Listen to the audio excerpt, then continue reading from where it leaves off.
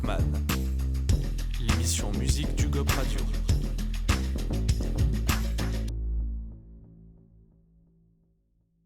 Bonjour à tous, bienvenue sur UGOP Radio, la radio du 12. Aujourd'hui, on a le plaisir de recevoir dans notre émission Walkman Pilote. Salut à toi. Salut, bonjour à tous. Bienvenue sur UGOP, ça fait plaisir de te recevoir. Ça fait plaisir aussi. Voilà, et écoute, on voulait te faire une petite interview et pour commencer, la première question, est-ce que tu pourrais te présenter pour ceux qui ne te connaîtraient pas ? Oui, bien sûr. Donc, mon nom de scène, c'est Pilote, mais je m'appelle Christelle Armenio.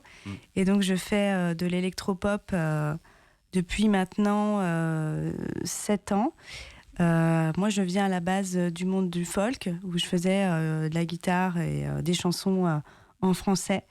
Et je suis partie dans le monde de l'indie pop, on va dire un petit peu avant le Covid, et de la production musicale, les synthétiseurs, la musique électronique. Et donc, petit à petit, j'ai mélangé toutes mes influences, la musique anglaise, la musique américaine, etc. Pas mal de groupes indés que j'ai fréquentés aussi lors de mes voyages et de mes tournées. Et toutes ces influences ont donné ce nouveau projet Pilote, voilà, qui me ressemble beaucoup aujourd'hui et qui est vraiment un concentré de tout ce que j'ai pu faire dans le passé. Ouais. Et comment ça a vraiment commencé ? Qu'est-ce qui t'a donné envie de te lancer dans la musique ? C'est parti de quoi ? Alors moi, j'ai commencé la musique à 12 ans. C'est parti du fait que mon frère ait ramené une guitare à la maison. Et je suis tombée complètement in love de cet instrument et je n'ai fait que en faire dans l'adolescence. Je me suis plongée là-dedans parce que l'adolescence, c'est un peu un moment compliqué, je trouve.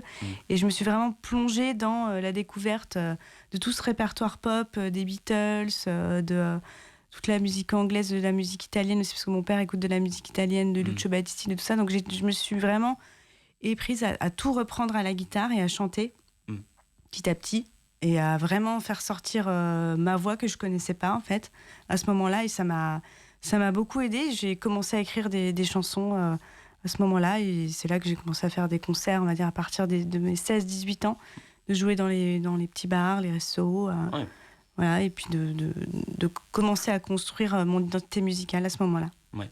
Et une question que j'aime beaucoup poser, c'est quoi ton processus de création musicale ? Comment tu te fais pour faire un morceau ? Est-ce que tu écris ton texte d'abord ou bien tu écoutes quelque chose avant ? Comment tu t'y prends ? Alors, j'appuie sur Suno. Ouais. Non, je rigole. Donc, comment je m'y prends ? En fait, je suis un peu dans un laboratoire dans mon studio en général. En fait, il y a plusieurs processus. Il y a soit le processus, je me lève le matin, j'ai vraiment une mélodie dans la tête et je dois la jouer pour qu'elle sorte de moi, sinon elle ne sort pas de moi. Ouais. Et donc je la joue, je la mets de côté, et quand je suis dans mon studio, je la reprends et je me dis bon, je fais quoi avec ça et j'écris quoi sur ça. Donc ça arrive. C'est par exemple dans mon prochain album, la chanson Et si ton rêve, c'est arrivé comme ça.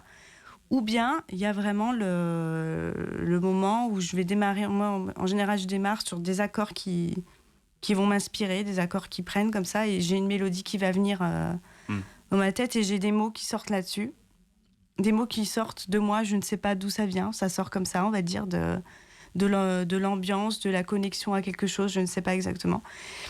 Et à partir de ce moment-là, je vais créer un refrain. Je pars souvent du refrain, moi. Ouais. Et après, je vais venir construire les couplets autour, les couplets ambiants, un pré-refrain, une structure. Et puis, je vais avoir un squelette vraiment de chansons. Donc, le squelette, il va être soit guitare-voix, soit clavier-voix.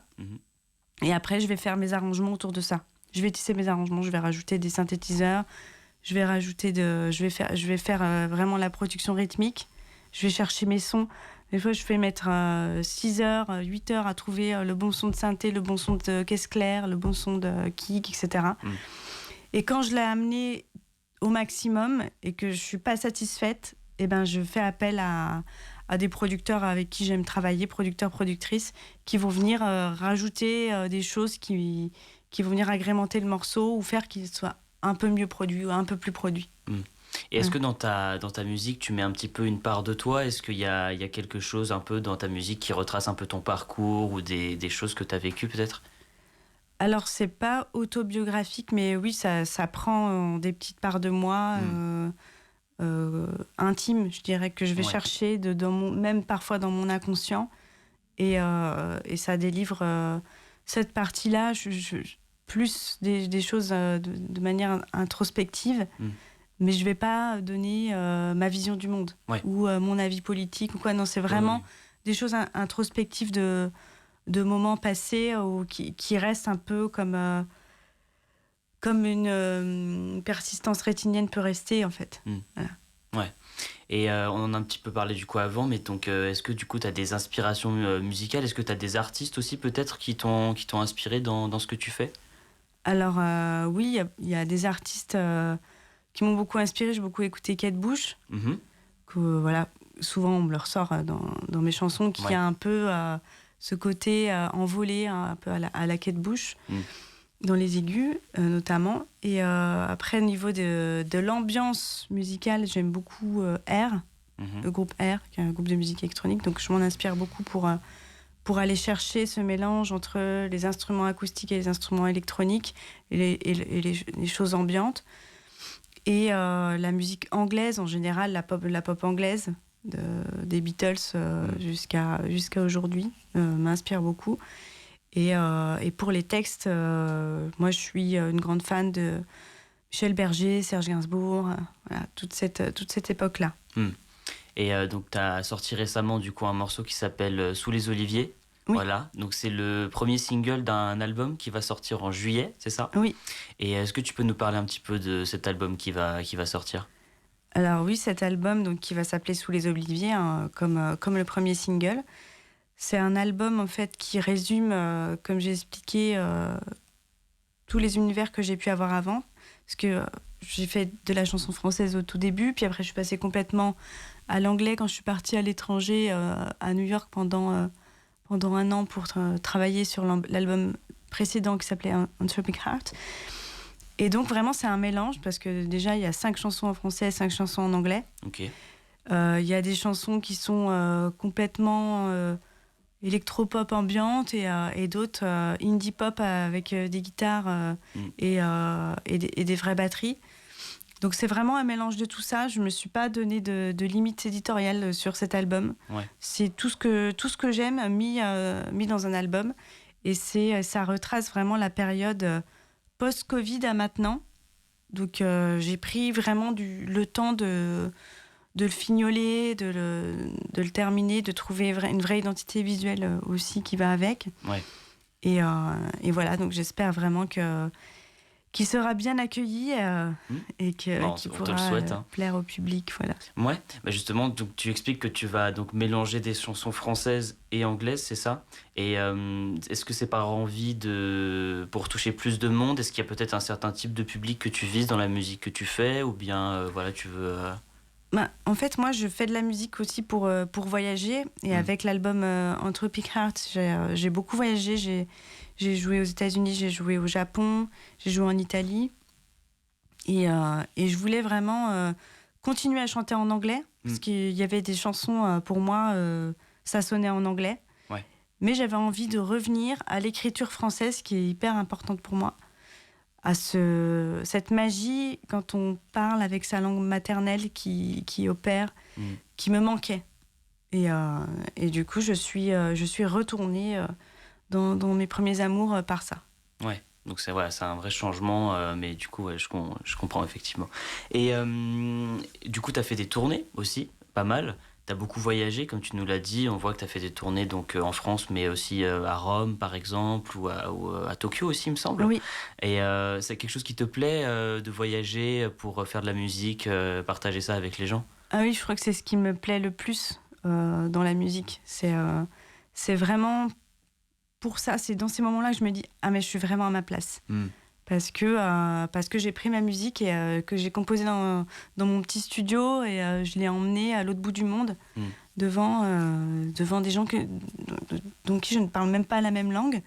Et donc c'est incroyable. Enfin, voilà, j'ai vraiment eu de la chance de faire ces tournées au Japon, par exemple, où j'ai pu voir comment travaillaient les groupes japonais, l'accueil, c'est vraiment complètement différent que quand on va au Japon et qu'on voyage en tant que touriste, on n'a pas accès à ça, en fait.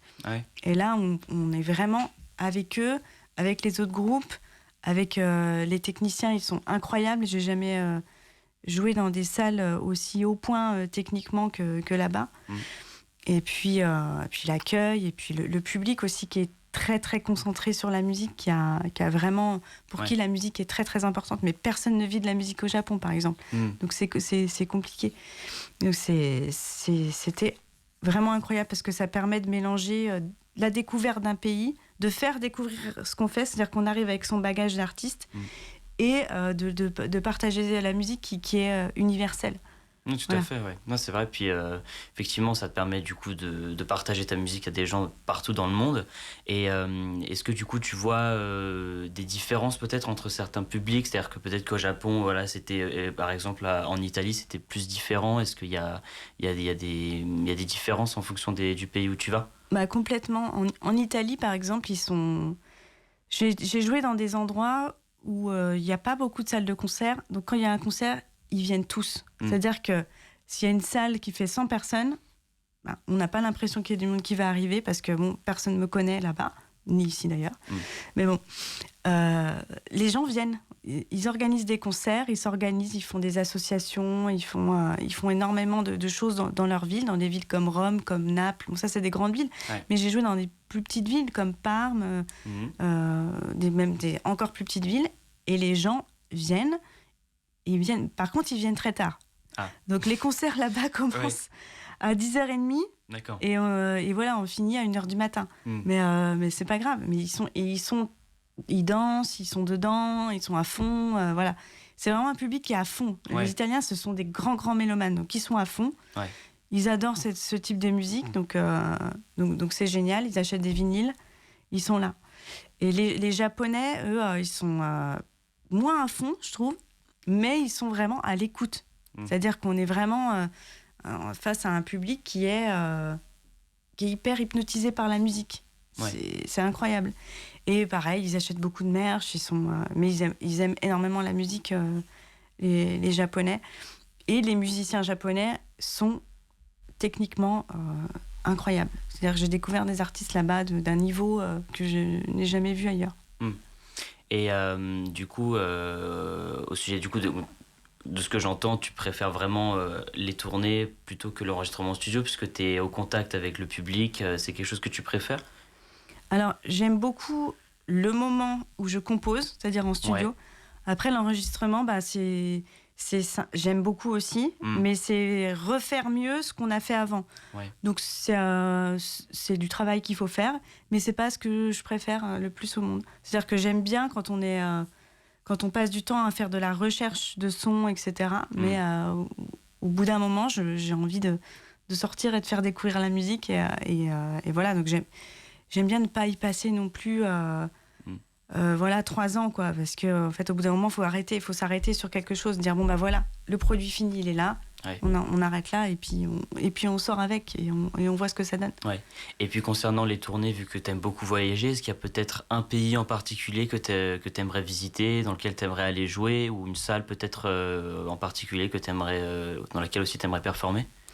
Alors là, mes objectifs des prochaines tournées, j'aimerais faire une vraie tournée aux États-Unis. C'est-à-dire que j'ai joué à New York uniquement. Et donc, j'ai pas eu la chance de jouer dans d'autres villes des États-Unis. Donc j'aimerais beaucoup, mais bon, c'est compliqué pour les visas, mais on va tenter. Et Amérique du Sud, j'aimerais beaucoup aussi. J'ai jamais tourné là-bas. Et vraiment, l'Afrique aussi. J'ai beaucoup vraiment envie d'aller jouer en Afrique. Et du coup, ce nom de scène Pilote, est-ce que tu pourrais nous dire un petit peu d'où il vient? Est-ce que ça vient de ce côté un petit peu justement voyage, tourner un peu partout dans le monde, ou ça vient d'autre chose? Alors ça vient d'autre chose. En fait, quand j'étais plus jeune, je voulais être pilote de ligne. C'était mon rêve. Et donc j'ai fait quand même on va dire le process maths sup, maths spé. J'ai fait une école d'ingénieur. Et quand j'ai voulu passer le concours, donc je les écrits, je n'ai pas eu en fait le passage au médecin aéronautique parce que j'avais des problèmes de santé, problèmes de dos. Enfin, ça passait pas à l'époque, ça passerait aujourd'hui, mais ça ne passait pas à l'époque. Donc j'ai dû en fait renoncer à mon rêve à ce moment-là.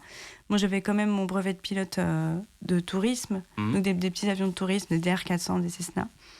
Donc j'ai continué ma passion, mais je n'ai pas pu être pilote de ligne. Et du coup, je pense qu'aujourd'hui, je suis très heureuse d'avoir pu réaliser mon rêve qui était celui de faire de la musique. Donc du coup, je me suis mise à fond dans la musique après ce moment-là. Donc voilà pourquoi je m'appelle pilote. Très bien. Et quels seraient tes objectifs pour le futur ? Est-ce que tu as vraiment un objectif, le truc que tu as envie vraiment d'accomplir ? Les objectifs, de sortir cet album au mois de juillet, ouais. Voilà. Ouais.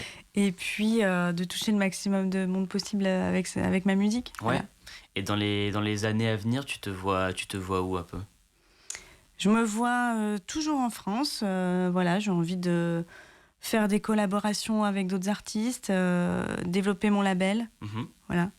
J'aimerais beaucoup développer mon label et puis essayer d'améliorer le monde de la musique d'une manière ou d'une autre, notamment pour les femmes. Voilà. Ouais. Donc j'aimerais travailler là-dessus. Super. Voilà. Et merci beaucoup. Et petite dernière question, où est-ce qu'on pourrait te retrouver du coup ? Est-ce que tu as des réseaux sociaux à partager ? Oui, je suis sur Instagram, Pilote Musique. Ouais. Sur TikTok, Pilote Musique. YouTube Short, YouTube. Facebook. Ouais. Site internet, pilotepop.com. Et puis je crois que c'est tout. Et Spotify. Les plateformes toutes les plateformes de streaming, voilà. Ok, merci beaucoup Pilote, merci d'avoir répondu à nos questions. Merci. À la régie pour le son et l'image. Et du coup, on va se laisser sur une petite note musicale. Tu vas nous interpréter du coup donc Sous les oliviers, donc le single de ton prochain album qui sort en juillet, je le rappelle. Et du coup voilà, on va se laisser là-dessus.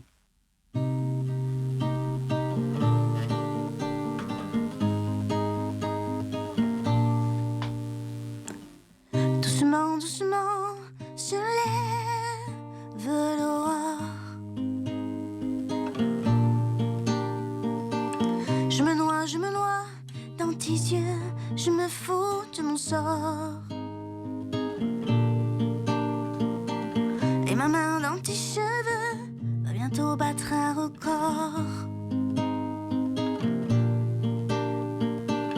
À l'ombre des oliviers, je n'ai plus peur de mon sort. Doucement se lève l'aurore. Je me vois dans tes yeux, je suis flou et alors tu entrevois mon sourire et je sais que tu adores. À l'ombre des oliviers, je n'ai plus peur de mon corps. Regarde-moi, j'ai dans la tête une illusion qui m'a sombré. Regarde-moi, je suis en fête et je n'ai plus mes insomnies. Regarde-moi, j'ai dans la tête une illusion qui m'abandonne. Regarde-moi, je suis en fête et je ne dois rien à personne. Comme l'eau se dépose dehors. Je me noie sur ta peau blanche du Salvador. Et tes bras un peu fleur bleue viennent me serrer si fort. À l'ombre des oliviers, je n'ai plus peur de la mort.